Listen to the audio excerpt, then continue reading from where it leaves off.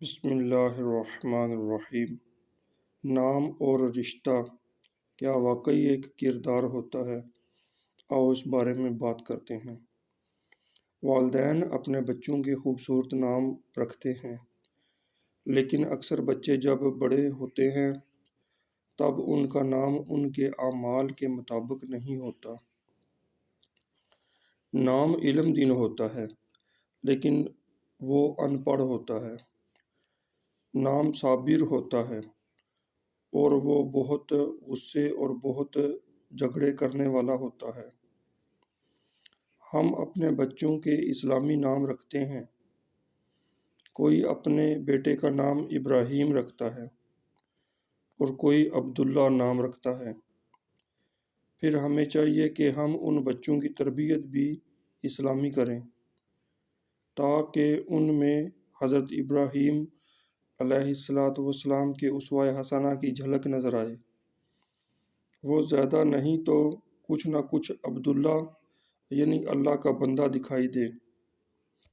عبداللہ کا معنی ہے اللہ تعالیٰ کی عبادت کرنے والا، اور یہ نام ہمارے پیارے نبی صلی اللہ علیہ وسلم کو بھی بہت پسند تھا۔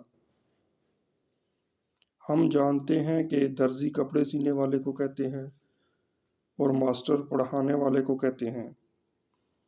اگر درزی کپڑے نہ سیے اور ماسٹر نہ پڑھائے تب وہ درزی اور ماسٹر نام کے حقدار نہیں رہتے۔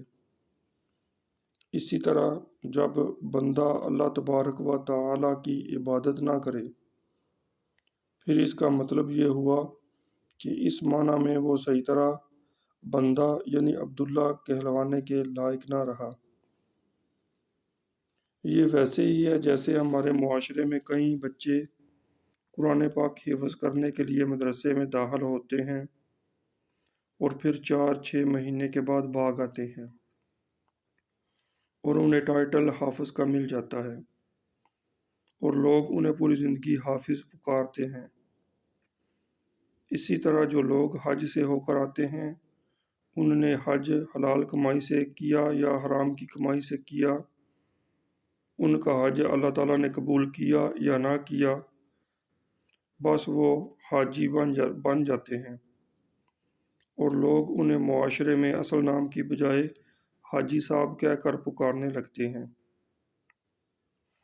معلوم ہوا کہ ہمارے نام جو ہمارے والدین نے رکھ دیے اور ہمارے لقب جو ہم نے خود رکھ لیے یا عوام نے رکھ دیے، ہم زیادہ تر ان کے مطابق زندگی گزارنے والے نہیں ہوتے، اور معاشرے میں اللہ کریم کے کچھ ایسے بندے ضرور ہیں جو نام اور لقب پر پورے اترتے ہیں، جیسے کئی ماسٹر واقعی ماسٹر ہوتے ہیں اور کئی حاجی واقعی حاجی ہوتے ہیں، کئی حافظ واقعی حافظ ہوتے ہیں۔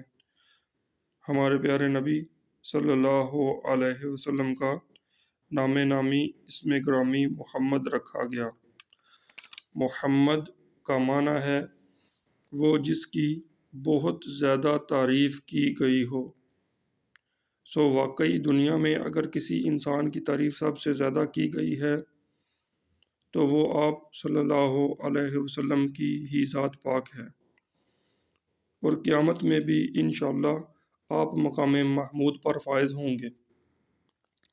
اسی طرح آپ کے دوسرے سارے نام بھی خوشبودار اور پاکیزہ ہیں، اور ان مبارک ناموں کے معنی کے خوبصورت رنگ آپ کی زندگی میں نظر آتے ہیں۔ اسی طرح حضرت ابو بکر صدیق رضی اللہ تعالی عنہ واقعی صدیق ہیں،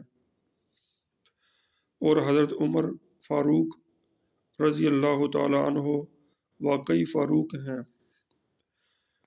اور حضرت عثمان غنی رضی اللہ تعالی عنہ واقعی غنی ہیں، اور حضرت علی حیدر کرار رضی اللہ تعالی عنہ واقعی حیدر کرار ہیں۔ لوگ کہتے ہیں کہ شوہر کی عمر بڑی ہونی چاہیے اور بیوی کی عمر چھوٹی ہونی چاہیے۔ شوہر اور بیوی تو دو کرداروں کے نام ہیں، اور یہ نکاح ہونے سے اکٹھے پیدا ہوتے ہیں۔ پھر ان میں بڑا کون اور چھوٹا کون؟ پھر یہ مرد اور عورت، شوہر اور بیوی کا کردار نکاح کے بعد نبھانا شروع ہوتے ہیں۔ پھر کئی سال بعد جھگڑے کی وجہ سے ان میں طلاق ہو جائے یا ان میں سے کوئی ایک مر جائے، تب خاوند نہیں رہتا اور بیوی بیوی نہیں رہتی، بلکہ وہ ایک مرد اور ایک عورت کی حیثیت سے پھر باقی رہ جاتے ہیں۔ خاوند اور بیوی کے القابات پا لینے کے بعد مرد اور عورت کو چاہیے کہ وہ اپنے اپنے کردار کی لاج رکھیں اور انہیں اچھی طرح نبھائیں۔ لہٰذا شادی سے پہلے لڑکے اور لڑکی کو شادی کے مسائل اور میاں بیوی کے حقوق پر ضرور عبور حاصل کر لینا چاہیے تاکہ وہ صحیح نبھا کر سکیں۔ اور خصوصاً خاوند کو یاد رکھنا چاہیے کہ جس طرح نکاح سے لڑکا لڑکی میاں بیوی بن جاتے ہیں، طلاق دینے سے پھر وہ میاں بیوی نہیں رہتے بلکہ اجنبی لڑکا لڑکی بن جاتے ہیں۔ جوان بچے کی شادی کروا دو، 1 سال بعد جو ہی اس کی بیوی بچے یا بچی کو جنم دے گی، تب وہ لڑکی جو بیوی بنی تھی وہ اپنے خاوند کی بیوی رہتے ہوئے ایک ماں کا لقب بھی پا لے گی، اور خاوند اپنی بیوی کا خاوند رہتے ہوئے باپ کا لقب بھی پا لے گا۔ اب رواں دواں زندگی میں ان کو ماں باپ کا کردار اچھے طریقے سے اس طرح ادا کرنا چاہیے کہ بچہ جو کورے سفید کاغذ کی طرح ہے وہ صحیح معنوں میں انسان اور عبداللہ یعنی اللہ تعالیٰ کا عبادت گزار بنے۔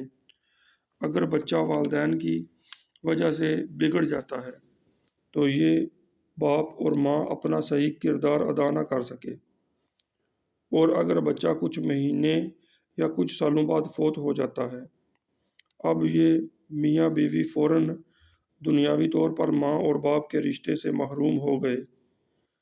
اگر کوئی ان سے پوچھے آپ کب سے ماں باپ تھے، تب یہ کہہ سکتے ہیں کہ ہم فلاں تاریخ کو جب ہمارے بچہ پیدا ہوا اور فلاں تاریخ تک جب ہمارا بچہ فوت ہوا ہم ماں باپ تھے۔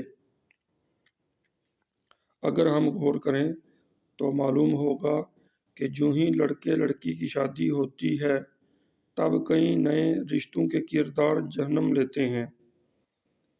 لڑکا جوان بن جاتا ہے اور لڑکی کے ماں باپ اس کے ساس سسر بن جاتے ہیں۔ لڑکی کے بھائی اس کے سالے سالیاں بن جاتے ہیں۔ لڑکی کے بہن بھائی اس کے سالے سالیاں بن جاتے ہیں۔ لڑکی کے بہن بھائیوں کے بچوں کا وہ خالو اور پھوپھا بن جاتا ہے، اور لڑکی کی بہنوں کے خامدوں کا وہ سانڈو یعنی ہم زلف بن جاتا ہے۔ اسی طرح لڑکی بیوی بن کر کئی رشتے حاصل کرتی ہے، وہ نند بھابھی وغیرہ بن جاتی ہے۔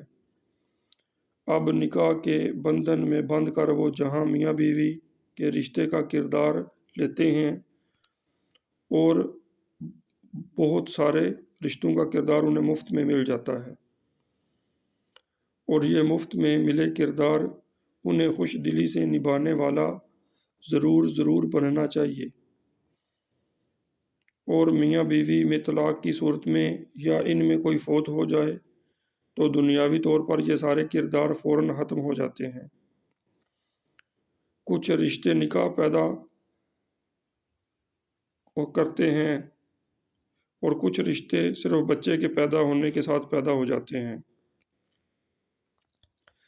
جیسے پیدا ہونے والا بچہ جس آدمی کا بیٹا ہوتا ہے، اس آدمی کا باپ اس کا دادا، اس آدمی کی ماں اس کی دادی، اس آدمی کی بہن اس کی پھپھو، اس آدمی کے بھائی اس کے چچا تایا بن جاتے ہیں۔ اب بچے نے جہاں بیٹے کا کردار صحیح طرح ادا کرنا ہوتا ہے، وہ اچھا بھتیجا، اچھا پوتا بھی بن کے اسے دکھانا ہوتا ہے۔ اس طرح ان خونی اور پھر بغیر خونی رشتوں کے علاوہ جو پڑوس میں آ کر گھر بنا لیتا ہے، تب وہ سب گھر والوں کا پڑوسی بن جاتا ہے۔ بچہ اسکول میں جاتا ہے تب اس کے کئی استاد اور کئی کلاس فیلو بن جاتے ہیں۔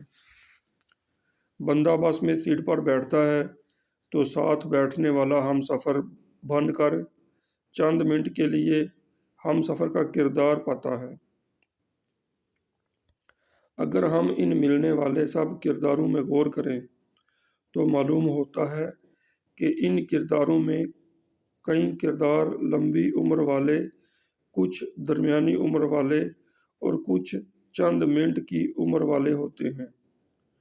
بس ان سب رشتوں کرداروں کو اسلام میں حقوق العباد کا نام دیا گیا ہے، اور ہمیں چاہیے کہ حقوق العباد کے بارے میں تفصیل سے اسلامی علم حاصل کریں تاکہ ہم صحیح معنوں میں حقوق العباد ادا کرنے والے بن سکیں۔ کہ حقوق العباد کا معاملہ بڑا سخت ہے، اور انسان جب پیدا ہوتا ہے تب جہاں وہ اور رشتے کردار پاتا ہے، وہاں وہ ایک رشتہ اللہ تبارک و تعالی اور اس کے نبی کے ساتھ بھی پاتا ہے۔ وہ اللہ تعالیٰ کا بندہ بن جاتا ہے، وہ نبی کا امتی بن جاتا ہے، لہٰذا اسے صحیح معنوں میں عبادت کرنے والا یعنی بندہ بننا چاہیے، اور صحیح معنوں میں امتی یعنی اپنے پیارے نبی صلی اللہ علیہ وسلم سے سب سے زیادہ محبت کرنے والا، اور آپ صلی اللہ علیہ وسلم کے حکموں کو ماننے والا، اور آپ صلی اللہ علیہ وسلم کی سنتوں کو اپنانے والا بننا چاہیے۔ اللہ تبارک و تعالیٰ کی بارگاہ میں دعا ہے کہ وہ ہمیں صحیح معنوں میں حقوق اللہ اور حقوق العباد کرنے کی توفیق عطا فرمائے۔ اللہ تعالیٰ ہمیں اپنی محبت عطا فرمائے، اپنے نبی پاک صلی اللہ علیہ وسلم کی محبت عطا فرمائے، اور اپنے نبی صلی اللہ علیہ وسلم کے ساتھ محبت کرنے والوں کی محبت عطا فرمائے۔